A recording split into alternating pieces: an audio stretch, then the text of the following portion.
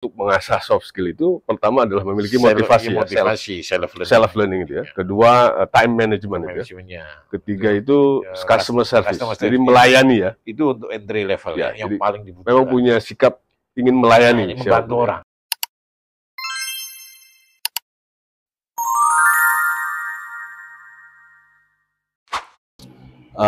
Pak Dokter, apa alasan soft skill itu sangat penting, Pak Dokter?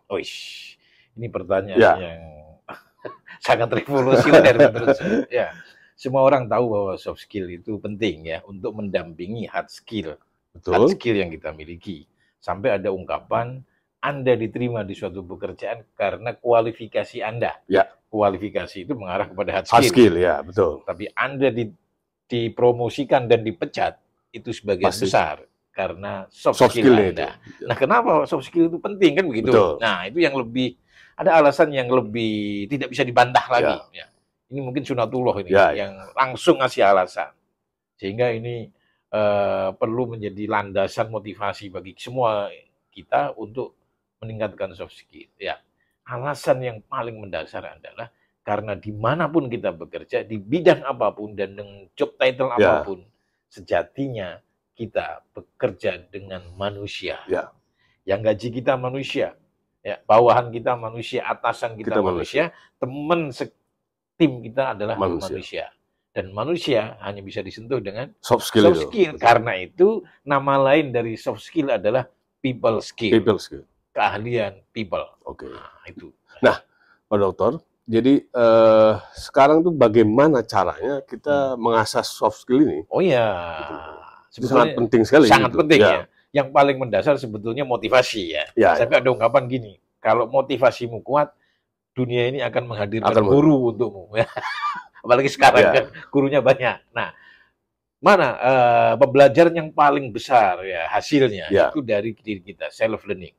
Dari pengalaman kita. Self learning itu self learning itu bisa dapatkan dari motivasi kita. Kan kalau kemauan kita kuat kan kita membaca, lihat YouTube, seterusnya kan. Intinya pengalaman kita dengan motivasi kita yang tinggi untuk meningkatkan diri itulah yang kontribusinya paling gede. Nah, jam terbang pun dibutuhkan kan, Pak Dokter? Itu kan bagaimana self learning, self learning, jam terbang, gitu ya. Yang paling banyak itu ketika gagal. Termasuk saya banyak gagal. Gagal ya? Banyak gagal ya. Makanya ada ungkapan tuh, Anda baru belajar serius kalau Anda berada di luar comfort zone. Betul. Ketika Anda bingung, ketika Anda tidak paham seluruh persoalannya, Anda belajar di situ. Yang kedua adalah social learning. Social learning itu porsinya pendukung dari self learning. Social learning itu belajar dengan sesama kawan, belajar berinteraksi, saling lihat, dan seterusnya. Dan yang terakhir adalah formal learning. Formal learning itu melalui mungkin training. Tapi dalam praktek tidak bisa dipresentasikan. Kan di training itu ada itu 70, 20, 10. Itu kan di laboratorium.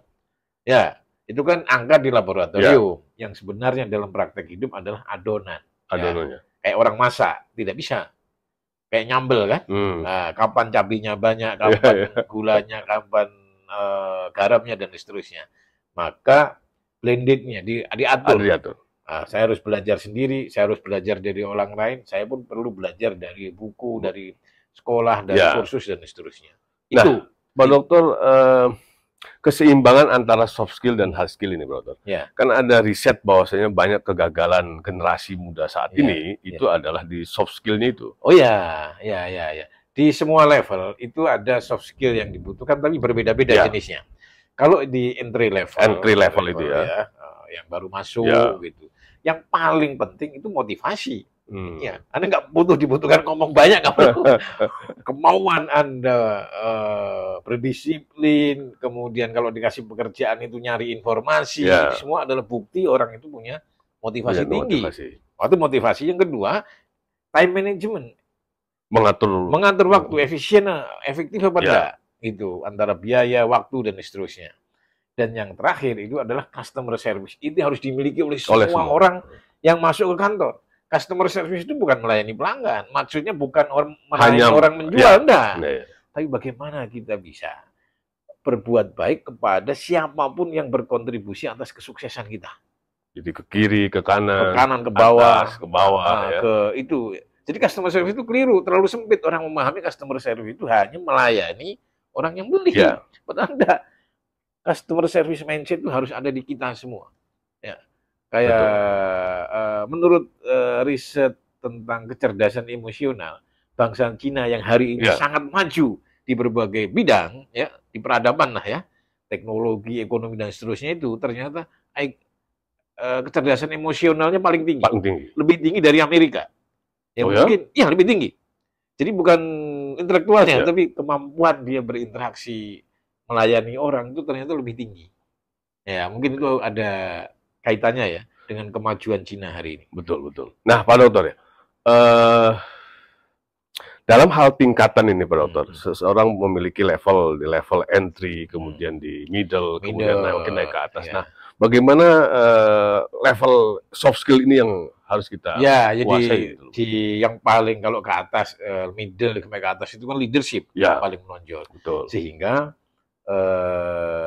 praktek-praktek membuktikan bahwa semakin tinggi jabatan seseorang itu semakin kuat kebutuhannya terhadap soft skill. Soft skill ini karena kan dia dituntut lebih banyak ngomong, mengarahkan, ngomelin orang. Leadershipnya nih Kalau Pak Acep kan di kantor harus cerewet kan? Cerewet kan? Soalnya leader kalau nggak cerewet itu dosa besar. Dan harus diam kuat, itu mas, itu kata untuk menghindari omongan yang jelek. Tapi untuk leader diam itu dosa besar. Dosa besar. Pasti bawahannya gimana dong? Nah, ngomong di depan bawahan itu kan butuh soft skill, benar nggak? Betul. Nah, Pak Asep punya pengalaman nggak? Bagaimana mengarahkan orang itu cukup sekali atau harus berkali-kali atau gimana nih pengalaman di kantor? Jadi intinya gitu loh, di saat kita harus menerapkan leadership kita untuk bisa mendelegasikan ke subordinate kita gitu ya. Tapi kendalanya saat ini tuh kita menghadapi generasi yang berbeda. Jadi ada lebih resistensi, terus ya itulah dia, makanya kenapa. Berarti memperkuat riset itu ya, berapa perusahaan itu mem-PHK orang dan sebagian besar 6 dari 10 yang di-PHK itu ternyata anak-anak muda generasi sekarang. Tapi anak muda menurut saya Anda nggak perlu terlalu mengambil hati. Anda adalah produk kami semua. Dulu generasi di atas kita itu dididik oleh Allah dengan kesengsaraan hidup dan keterbatasan. Lihat orang-orang sukses zaman dulu itu kan pasti sengsara, sengsaranya naudzubillah ditempa dengan sampai misalnya siapa itu Pak Dahlan Iskan lah, siapa yang orang-orang kaya sekarang yang orang hebat itu misalnya Pak Khairul Tanjung. Itu aduh, coba bayangin tuh kan dia di sekolah nggak ada wesel, dia jualan sendiri. Tapi generasi hari ini tuh memang beda. Anda digoda oleh zaman dengan berbagai kemudahan. Betul. Di rumah Anda dipanggil kakak, mbak, bang, dan seterusnya. Di sekolah guru Anda tidak boleh marahi Anda, hidup Anda dibikin mudah oleh teknologi gitu ya. Tantangan Anda lah bagaimana Anda tidak tergoda untuk menjalani kehidupan yang mudah ini. Luar biasa Dokter ya. Toh hidup ini sama, sunatullah itu sabar itu harus di mana-mana. Benar nggak? Benar nggak? Betul. Merdeka belajar. Merdeka belajar itu bagus untuk orang yang cerdas dan punya motivasi tinggi. Tapi kan sering dimanfaatkan tuh. Naik belajar nggak belajar naik, jadi akhirnya terlalu enak. Dulu kami sama Pak Asep ini sekolah kalau nggak belajar nggak naik. Jadi gini luar biasa ya obrolan kita hari ini. Jadi kesimpulannya itu bahwasanya untuk mengasah soft skill itu pertama adalah memiliki motivasi self learning itu ya. Kedua time management itu ya. Ketiga itu customer service. Jadi melayani ya. Itu untuk entry level yang paling dibutuhkan. Memang punya sikap ingin melayani, membantu orang. Jadi membantu orang ya. Pak Asep dulu gimana pengalaman waktu? Jadi intinya pasti kalau entry kita ya harus bersikap suka membantu, merendam, mau belajar, termotivasi untuk maju gitu ya, mengatur waktu ya. Itu betul luar biasa Pak Dokter. Terima kasih, mudah-mudahan bermanfaat.